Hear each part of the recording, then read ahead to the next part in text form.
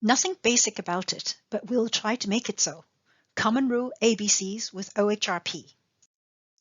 In the next 40 or so minutes, I'll provide a brief overview of how the Common Rule works with a focus on the perspective of the Department of Health and Human Services. Please note that the opinions expressed here are mine and do not necessarily reflect the policy of the HHS. Any references to the regulatory provisions in the Common Rule in this presentation have been simplified to facilitate understanding. Always refer to the actual text of the Common Rule available on the OHRP website for a complete and accurate description. The hyperlink here will take you to the page. For this presentation, I'll first say a few words about the ethical tension that exists in human research and how the regulations came about. I'll talk about the ethical and federal regulatory framework for protecting human participants of research, and I'll provide you with an orientation of how the Common Rule works. Research is defined in the Common Rule as a systematic investigation designed to develop or contribute to generalizable knowledge. Researchers identify a question to ask, develop a structured plan to collect the information needed to answer the question, ultimately adding to the wealth of knowledge that hopefully would bring about the advancement of science and the common good. When research studies involve humans, they provide a means, a tool, for researchers to achieve the goal of contributing to generalizable knowledge. Volunteers participate in experiments, provide information about themselves, and sometimes also their biological samples, all with the goal of answering the research questions. We should be clear that research studies are not carried out to provide a service or a treatment to people, although that is not to say that participants may never benefit from their participation. In the process of conducting human research and pursuing the common good, it is very important to pay attention to protecting the rights and welfare of individual participants in order that they will not become merely a means for others to advance knowledge. After all, nobody likes being used by others. Nobody likes to be treated like an object. When this happens, people get very upset. And this was what happened with the syphilis study of Tuskegee. The disease was endemic over there in the 1930s and treatment was unsatisfactory. Government researchers decided to study the natural course of the disease by documenting the signs and symptoms and progress of the disease of the people affected, many of whom were African Americans living in impoverished conditions. Researchers repeatedly obtained blood and conducted other invasive procedures to obtain biological samples from the people, never explaining to them what disease they had and what the procedures and specimens were for. In the 1940s, when penicillin became available as a highly effective treatment for syphilis, the subjects were not told about its availability. They were not given the treatment, and some were even prevented from finding out and accessing the treatment. To this day, I still find this bit of history to be quite shocking. I cannot imagine that these government researchers were horrible, malicious people by nature. Yet, in their desire to advance knowledge, to preserve the opportunity to learn about the natural cause of advanced syphilis, they disregarded the rights and welfare of the people before them and robbed them of their humanity. The research subjects became merely a means to these researchers. Scientists are mostly pragmatic people. When we are so focused in pursuing our goals, it may be easy for us to forget our responsibilities to those who partake in the process. The syphilis study went on for many years until the 1970s, when the New York Times reported about it. That immediately resulted in a huge public outcry that led Congress to take action, creating the National Research Act and establishing the National Commission for the Protection of Human Subjects to identify basic ethical principles that should underlie the conduct of biomedical and behavioral research involving human subjects. As a result of the Commissioner's thorough deliberation, the Belmont Report was published. There's a hyperlink here that you can use to get to our website to read all about the Belmont Report. Eventually, federal regulations were developed based on the Belmont ethical principles, and in 1991, the Common Rule was simultaneously adopted by 15 federal departments and agencies for them to guide the human research that they fund. After some 25 years and faced with a rapidly changing research landscape, the Common Rule underwent revision and was updated a few years ago. We refer to this new version as the 2018 requirements, or more generally as the revised Common Rule, and the older version as the pre-2018 Common Rule. If you are getting federal money today to do research, it is the revised Common Rule that you need to follow. So now let's take a look at the Office for Human Research Protections, or OHRP. We are a small office within the U.S. Federal Department of Health and Human Services, or HHS. OHRP provides leadership and coordinates the federal government's effort for protecting human research participants for the research that the government conducts or supports. OHRP holds the regulatory authority to the set of regulations called HHS Policies for Human Research Protections, codified at 45, Code of Federal Regulation, or CFR 46. Apart from its very important responsibility for compliance and oversight for this set of regulations, OHRP also develops policies to help the research community understands and interprets the regulations. It also has an education division to conduct educational activities, such as this webinar that we are having, to help the research community understand how to apply the regulations.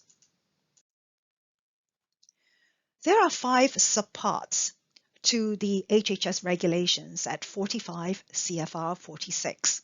Subpart A is what is referred to as the Common Rule. There are 3 other subparts, B, C, and D, that provide additional regulations to protect certain groups of vulnerable subjects. If you are getting money from HHS to conduct human subjects research, then you must also comply with the subpart regulations for vulnerable populations. Subpart E stipulates the requirements for registering institutional review boards, or IRBs. Please note that while IRBs that review non-exempt human subjects research under the Common Rule need to be registered with OHRP, this is merely a registration process. Registration itself does not in any way confer accreditation or assurance of the quality of the registered IRB. It is also important to note that the regulatory framework provides a baseline standard for human research protections. Compliance of the regulations itself does not mean that the research study has no ethical concerns whatsoever, or that it presents no risks to participants whatsoever. I'll come back to this point a little bit later. So what is common about the Common Rule? We call it the Common Rule because it is commonly followed across the U.S. federal government, in fact, by 20 federal departments and agencies through various mechanisms for the human subjects research that they fund. On the right here, you can see these 20 federal departments and agencies represented here. The Common Rule also provides the foundational regulatory framework for human research protections that are funded by the federal governments. Each Common Rule department or agency is, however, responsible for the oversight of the research that it supports or conducts. Here, I'd like to say a few words about the HHS office that you often see. FDA, OHRP, and HHS sponsors of research, such as the NIH. There is a lot of confusion about who's who and who does what. OHRP is within the Office of the Secretary under the Department of Health and Human Services. The National Institutes of Health and others, such as the CDC, CMS, the Centers for Medicare and Medicaid Services, and HRSA, Health Resources and Services Administration, for example, are also under the Department of Health and Human Services. They each have their own mission.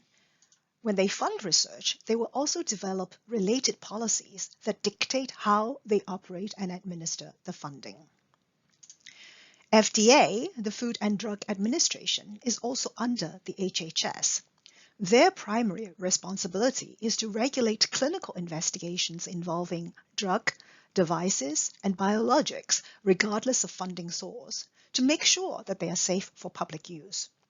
So if a pharmaceutical company wants to release a new drug into the market, they must first submit the safety and efficacy data for the drug to FDA for review and approval.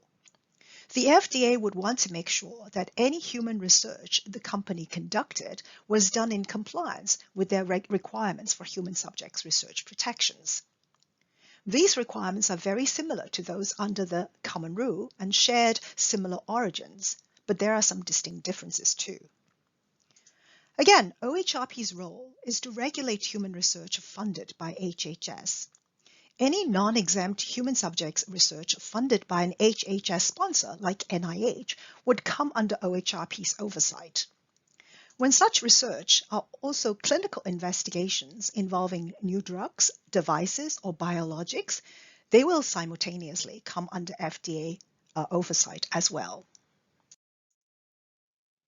Now let's talk about how the Common Rule works. The Common Rule tries to balance a tension of protecting individuals' rights and welfare on the one hand, without at the same time creating overwhelming or impossible obstacles to the advancement of science.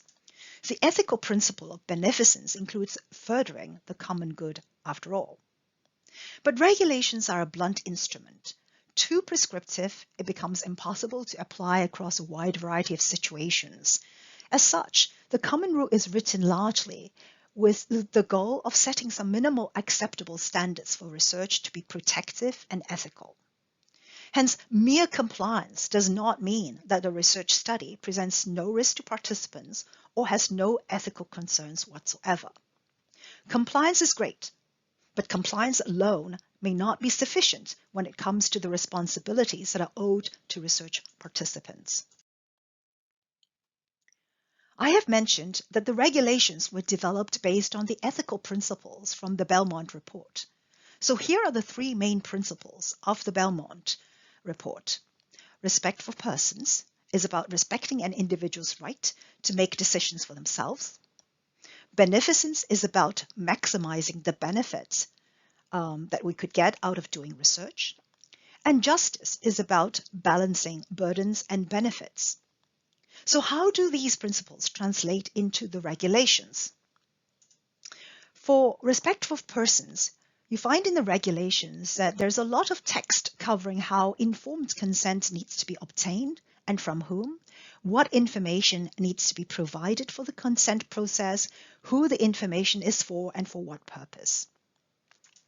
For beneficence, the regulations focus on the review of research, that risks to participants need to be minimized, and that there are appropriate protections for research participants. There needs to be also a favorable risk and benefit assessment for the research. As for justice, there are regulatory provisions for equitable subject selection, that no one group should be unnecessarily or overly burdened by research participation, and that people should not be deprived of the opportunity to reap the benefits from research by having appropriate representation. So what is in the Common Rule? You have the nuts and bolts, including description about the assurances that institutions need to file with the federal government to get research funding, various definitions, and description of the conditions for exemptions. Detailed stipulations concerning institutional review boards, for example, what the membership requirement needs to be, the composition of the IRB, who can serve, the mechanisms for IRB reviews, full board at a convened meeting or expedited by an experienced IRB member, and then details on the review criteria, what reviewers need to consider before approving research, how to take the minutes, records keeping, intervals of review that are needed, etc. And then, of course, very importantly, what needs to go into informed consent before people can participate in these research? What information needs to be provided, under what conditions, and when some of these conditions could be waived, etc. Finally, there are other stipulations in the Common Rule about, say, incidents reporting, institutional responsibilities, and other requirements, etc. So how does the Common Rule work? The Common Rule regulatory requirements generally apply to non-exempt human subjects research funded by the Department of Health and Human Services or other Common Rule agencies and departments. I've highlighted non-exempt human subjects research here. We will talk about this later. For now, we will focus on funding. So for institutions receiving federal or Common Rule agency funds for non-exempt human subjects research, they must file an assurance with the federal government before they can receive the money to do the human subjects research. This is usually the Federal Wide Assurance, or FWA, that's operated under OHRP. Again, each Common Rule department and agency is responsible for its own compliance oversight and may have additional policies and requirements regarding assurances and so on.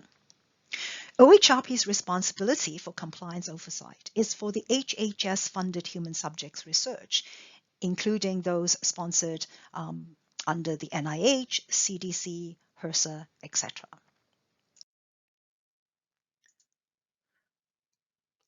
So we were talking about funding. What if the research is not funded by a Common Rule agency or department? What is the relevance then of the Common Rule? There are several possibilities. Institutions that are not receiving federal funding for their human research may still be compelled to comply with the Common Rule by another authority, such as the state government. I understand that this may be the case for human research conducted by institutions in the state of New York and California, for example. Now, some institutions may have voluntarily selected to come under OHRP's compliance oversight by doing something called checking the box when they file their FWA with OHRP. This way, they voluntarily bring in OHRP's oversight jurisdiction for all the research they conduct, even if they were not funded by HHS. Please note that OHRP has no expectation for institutions to check the box. It is completely voluntary. As a matter of fact, OHRP has plans to remove this option of checking the box eventually. What if institution has not checked the box? There's no box to check. What does that mean? Institutions are always welcome to voluntarily adopt the Common Rule as a framework of reference for the research they conduct. But compliance oversight would be through using their own institutional policies. OHRP will not have jurisdiction and will not be involved. This allows institutions the flexibility to be able to rely on a well-recognized framework, but also entertain certain adjustments and flexibilities to accommodate for the research they conduct. Lastly, if you're not getting funding from Common Rule agencies and not compelled by other authorities to follow the Common Rule, institutions can of course choose to disregard the Common Rule and not use it at all. That said, the Common Rule has been around for a long time. It is very well known and very well recognized. It was developed based on solid ethical principles, and many people are using it. It may be harder and more complicated for an institution to come up with another framework for oversight of research, and without one, there may not be much confidence or public trust for the research the institution conducts. So, okay, there is Common Rule agency funding. So now what does that mean? Right? Remember those words I bolded. Regulatory requirements apply when the project is non-exempt human subjects research. This generally means that, amongst other things, you have to have an active FWA on file to receive the federal research funds, that your research study will need to go through a very structured IRB review process that is conducted according to the regulatory requirements. And unless the IRB has waived the requirement as allowed under the regulations, you will need to get informed consent from participants in the way stipulated by the regulations. Hence, it becomes really important to know whether a research project is non-exempt human subjects research. So how do you make that determination? You make that determination by asking these questions in this order. So the first question you ask is, does the activity involve research? If it's research, you ask the next question. Does the research involve human subjects? And if it's human subjects research, the last question would be whether it meets the condition for any of the exemptions provided in the common rule. Please note that each of these terms, research, human subjects, exemptions, have their proper definitions and descriptions in the common rule. So they are not used or understood necessarily in the same way as a lay person would understand them. You need to refer to these definitions in the common rule to make these determinations. So, on the flip side, what does it mean when regulatory requirements do not apply? Typically, that would be when the project is not research as defined or described in the common rule, or the research does not involve human subjects as the term is defined in the common rule, or if the human subject research meets the conditions for one of the exemptions stipulated in the common rule. Under these situations, the regulatory requirements of the common rule typically do not apply. This means that investigators and institutions have the flexibility beyond the regulations. There would be no need for the kind of standardized IRB review as prescribed by the regulations, or to obtain consent according to what the regulations stipulate. Right, but it doesn't mean that, oh well, in that case, we don't even need to go and ask people if they would agree to help you out, to do something or provide you with something for your research. But you will have the flexibility for how to conduct the process, what information you provide, and whether a signature is needed, etc., as long as it is acceptable to your institution and it complies with the institutional policies. So again, under these conditions, when the project is not research, or it's not human subjects research, or is exempt human subjects research, and for that matter, when it's not funded by a common rule agency or otherwise compelled by an authority to follow it, institutions and investigators have flexibilities for conducting the research outside of the regulatory constraints and requirements. But do remember that the ethical responsibilities to participants remain. So this is a flow chart to show you how the determination process works. You start by asking the question, is it research? If the answer is no, stop. The common rule regulatory requirements does not apply. If it's the answer to the question is yes, it is research, then ask the next question, is it human subjects research? And if the answer is no, again, you stop. You don't have to consider the common rule requirements. If the answer to the last question is yes, then you ask the next question, is it exempt? Does the study meet the conditions stipulated for one of the exemptions in the common rule? If it does, then yes, it's exempt from the common rule regulatory requirements, and if it's no, then it means that this is non-exempt human subjects research. And typically that would mean that it will have to go through the IRB review process as prescribed by the regulations, and you need to do the research according to all the different common rule requirements, such as for informed consent and so on. By now, many of you may be thinking, making the determination of what constitutes non-exempt human subjects research or otherwise seems like a really important task. So who gets to make the determination? The common rule does not stipulate who should be making these determinations. Generally, OHRP does not recommend investigators to make these determinations, obviously because there is an inherent conflict. It is understandable that researchers are likely to want their research to come under fewer regulatory demands and restrictions, hence may harbor a tendency to determine that their research doesn't come under the common rule regulatory requirements. So for investigators themselves to make this determination is probably not a good idea, especially when this whole process is about having some sort of independent assessment that researchers are doing the right thing to protect the rights and welfare of participants.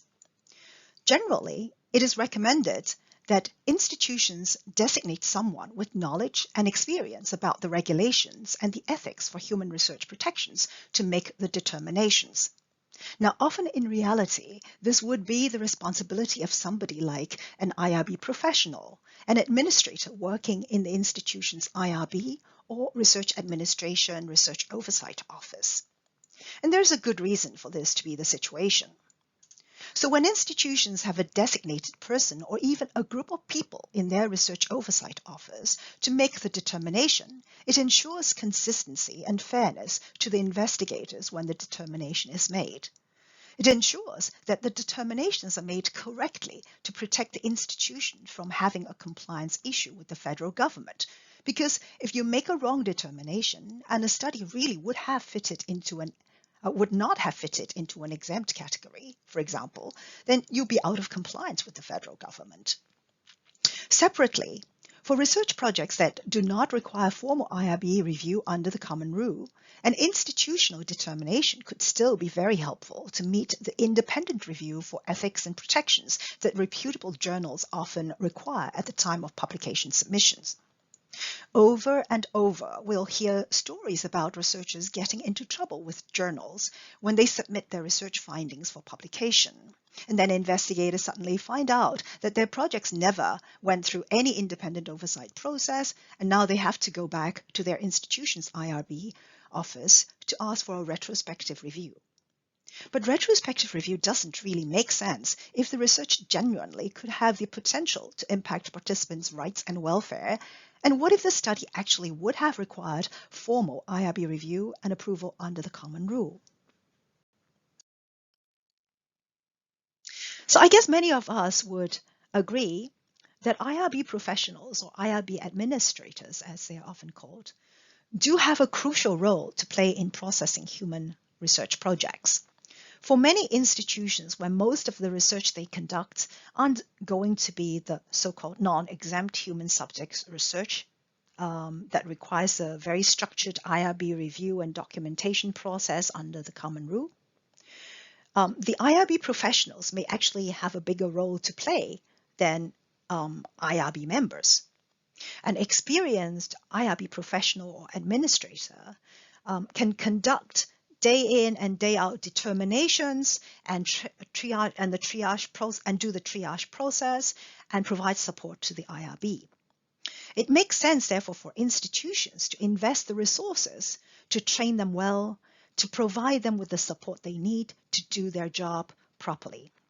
Your investigators and your IRB members will appreciate knowledgeable and helpful IRB professionals. They are going to be like the gatekeeper for the institutions for research involving humans.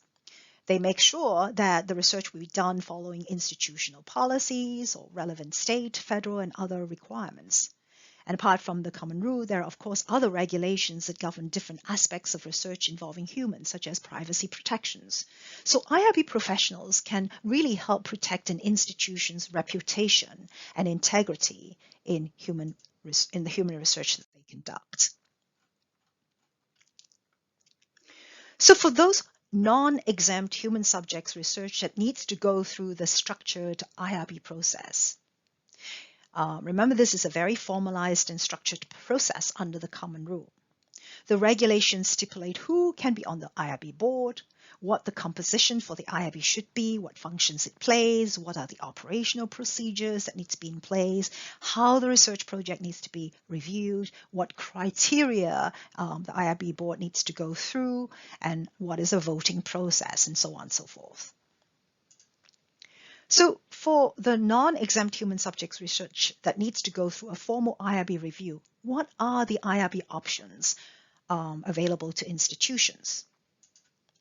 Traditionally, the idea generally is for an institution to set up and use their own IRB for review of the research that they do.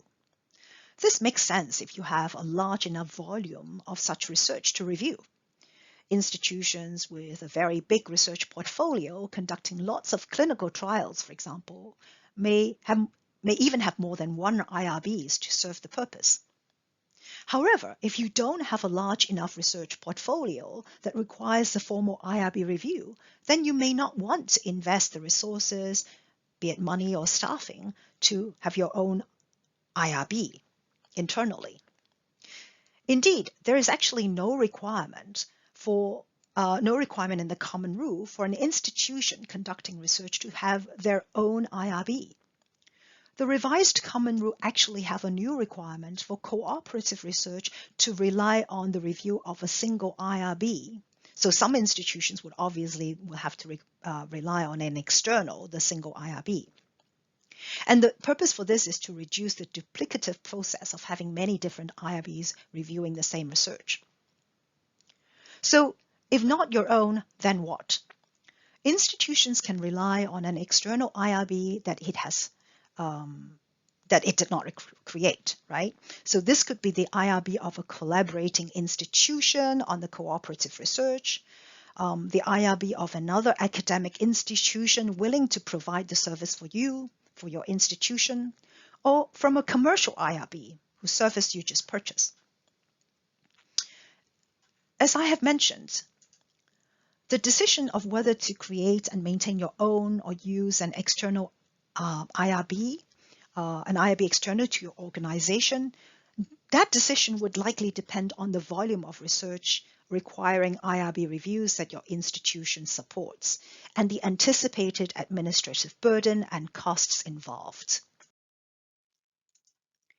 I hope that you can see by now that the framework for protecting research participants is really a framework of partnerships. For the research enterprise to function well and for research to serve its function of advancing the common good, public trust is very important. To be able to uphold, maintain, and promote this public trust, it requires everyone to work together. This includes not only the regulators and the sponsors of research, but importantly, the institutions, the investigators, the reviewers, and of course, even the research participants. Everybody needs to put in their little bit to make it work. So we've come to the end of this presentation. I want to remind you that OHRP has developed this Human Research Protection Training Program with 5 lessons to provide a foundational training on the regulations on how the Common Rule framework work. You can access it through this link at the bottom. And this training is available free of charge to anyone who have access to our website. So hopefully you have noticed that we are really friendly people here at OHRP, especially those of us in the Division of Education. So do contact us if you have any questions related to the regulations, to the Common Rule specifically. You can write to us at OHRP@HHS.gov. We really put in an effort to try and respond to your questions within a couple of days. Do visit our OHRP website at HHS.gov/OHRP. You'll be surprised at how many useful resources you will be able to find to help you understand and apply the regulations and do ethical research. Check out OHRP's About Research Participation website, which provides a set of informational resources catered specifically for the public.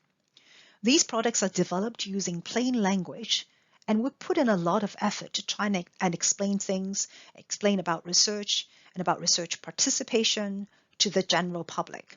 We want to make sure that they're easy to understand and that they can easily digest that information. So this brings me to the end of this presentation, and I'd like to thank everybody very much for your attention. We'll open the platform for questions now. Thank you so much.